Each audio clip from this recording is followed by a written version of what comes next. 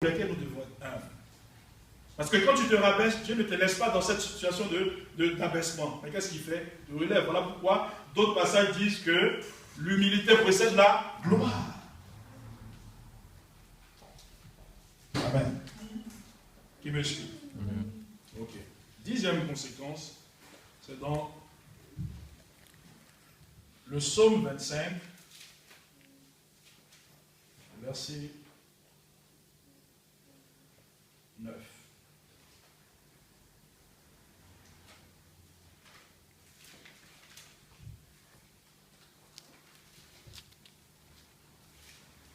Psaume 25, verset 9. Amen.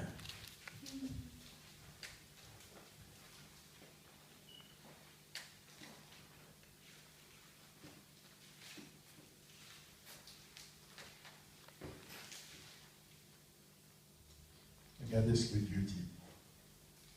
Dans la bouche de son serviteur David, il dit, Psaume 25, le verset 9, il conduit les humbles dans la justice, il enseigne aux humbles sa voie. C'est pour cela que, écoutez, moi, je suis quelqu'un de très pragmatique quand il s'agit de la parole de Dieu. Amen.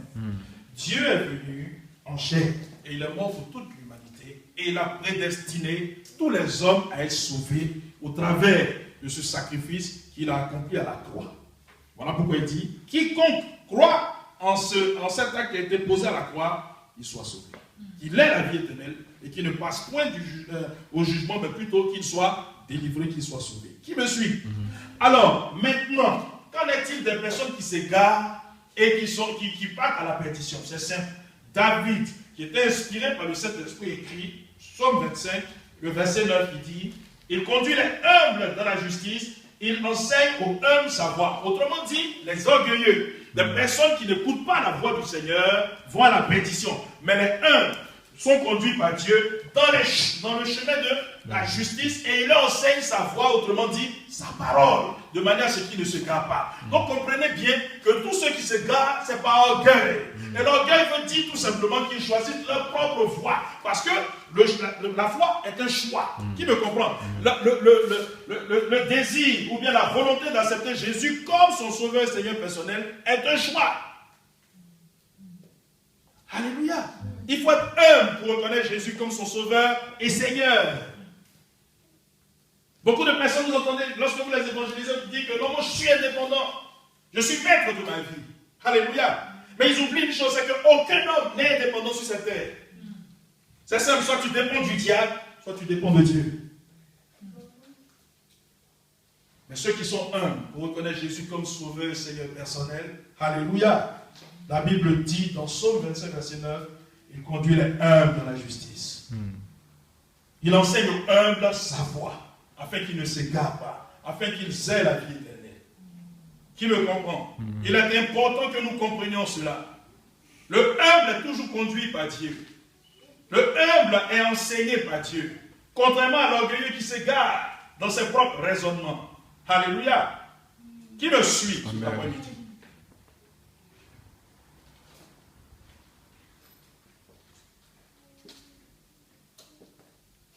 Dans le psaume 32, le verset 8, un psaume que j'aime particulièrement, on va le prendre. 32, le verset 8. Et je t'instruirai, je te montrerai la voie que tu dois suivre. Je te conseillerai, j'aurai le regard sur toi. Amen. Ne soyez pas, verset 9, comme un cheval ou un mulet sans intelligence. On les bride avec un frein et un mors, dont on les barre. Alléluia. Afin qu'ils ne s'approchent point de toi. Mais le verset 8 ressemble au verset 9 du psaume 25. Qui me comprend? Psaume 32, verset 8 ressemble au psaume 25, le verset 9. Qui me suit? Alléluia. Donc cette parole de psaume 32, le verset 8, je t'instruirai, je te montrerai les voies à suivre, s'adresse aux humbles.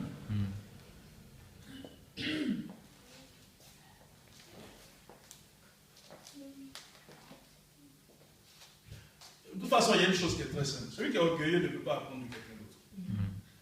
Aussi simple que ça, parce qu'il sait tout. Quand tu sais tout, que tu as déjà rempli, on ne peut pas te remplir encore de quelque chose d'autre. Amen. Et j'ai toujours l'habitude de dire que celui qui croit tout savoir, en fait, ne peut plus apprendre. Ça veut dire qu'en fait, il s'arrête là où il croit être, il ne peut plus évoluer. Vous me suivez? Un orgueilleux ne peut plus avancer. Voilà pourquoi Dieu lui résiste. Parce que dans tout ce qu'il fait, il ne peut plus avancer. Très important de comprendre cela. Nous allons passer à la 11e conséquence. Proverbe chapitre 3, le verset 34. Proverbe chapitre 3, le verset 34. Proverbe. Donc après Psaume. Pourquoi? Parce que David est le père de Salomon. Donc, Proverbe chapitre 3, le verset 34 dit, il se moque des moqueurs, mais il fait grâce aux humbles. Ce qui m'intéresse, c'est la deuxième partie, donc 34b, mais il fait grâce aux humbles. Alléluia. Dieu fait grâce aux humbles.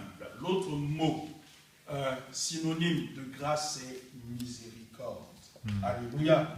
Regarde, si tu estimes que tu es un homme et qu'il t'arrive de pécher, tu ne demeures pas effectivement dans le péché, mais qu'il t'arrive de pécher, d'accord? De temps en temps d'avoir des faiblesses et tout cela, tu sais ce que tu dois adopter comme attitude ou résolution, c'est un caractère d'humilité. Parce que Dieu ne fait pas miséricorde aux orgueilleux. Il ne fait pas grâce aux orgueilleux. Mais seulement à ceux qui sont humbles pour reconnaître leur état de péché, de faiblesse. Amen. Et c'est cela que Dieu restaure. Rappelez-vous, dans le Nouveau Testament, dans les évangiles, il y avait deux hommes qui sont montés au temple. Vous connaissez cette histoire.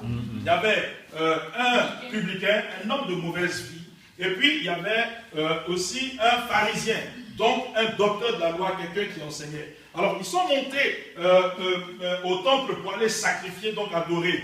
Regardez l'attitude du pharisien. Le pharisien, il allait jusqu'à la première place, au premier banc et tout cela, et il se tenait debout. Amen. Il se tenait debout. Le fait de se tenir debout devant Dieu n'est pas mauvais. Alléluia. Mais il y avait une solution, il y avait plutôt une position qui pouvait être autre. Parce que cet homme-là, ce n'est pas seulement la position physique, mais sa position spirituelle démontrait que cet homme était un orgueilleux. Et ce qu'il manifestait était quoi? L'orgueil spirituel. Amen. Il a commencé à prier. J'en viendrai tout à l'heure au cas du publicain. Il arrivait à prier. Quand il priait, il faisait les éloges de lui-même. Il dit, Seigneur, moi je gêne tant de fois par jour. Moi je fais quoi? Je fais l'aumône. Je paye ma dîme. Je fais toutes ces choses. Je ne suis pas comme ce publicain qui est là-bas. Cet homme de mauvaise vie qui traîne dans la boue, qui écoeure et qui blasphème ton nom. Moi, je suis fidèle dans toutes tes maisons. Écoutez, la Bible dit qu'un autre te loue et non toi-même. Alléluia. Et quand nous sommes dans une attitude de prière, écoutez, nous devons comprendre que nous sommes que les balayés de ce monde. Amen. Nous devons tout simplement rentrer dans une attitude d'humilité pour comprendre que Dieu peut tout et nous ne pouvons rien. Que nous ne sommes rien, mais que Dieu est tout. Alors, j'en viens maintenant au public. La Bible dit qu'il regardait de loin et qu'il ne pouvait même pas s'approcher. Il était à l'entrée du temple. Parce que pour lui, il était trop mauvais pour s'approcher même du temple, de l'autel. Amen. Il voyait sa situation et de loin, il frappait sa poitrine. Il frappait sa poitrine, il se mettait à genoux. Pourquoi? Parce que c'était une attitude d'adoration. C'était une attitude de quoi? De révérence à Dieu. Alléluia. Et il s'est mis là, il frappait sa poitrine, il dit, oh Dieu, sois apaisé avec moi, envers moi. Parce que je sais que ma vie n'est pas plaisante. Je sais que je blasphème. Oh oui, mon Dieu, aie pitié de moi. Sans toi, qu'est-ce que je deviendrai? Sans toi, qui serais-je? Sans toi, qu'est-ce que je deviendrai? Je suis perdu sans toi. Alléluia.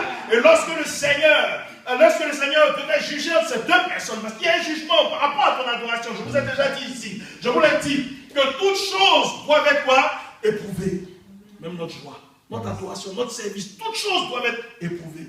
Éprouver, ça veut dire aussi juger. Amen. Le Seigneur juge, il dit, selon vous, qui est rentré chez lui justifié? Je vous le dis en vérité, c'est ce publicain. C'est ce publicain. Pourquoi? Parce qu'il a une attitude humble. Il a compris que la justification ne venait pas d'un homme. Alléluia. Regarde, Dans un tribunal, celui qui donne la sentence de justification ou de relaxation, c'est un juge. Ce n'est pas le détenu lui-même. Alléluia. Ce n'est pas le détenu lui-même. Mais un seul est juge. Et la Bible dit que c'est Dieu. Car il est le juste des juges. Amen. Donc c'est celui-là qui doit venir et qui doit... Tu ne dois pas faire des éloges. Écoute, quand tu jeûnes, tu ne jeûnes pas pour Dieu, tu jeûnes pour toi-même.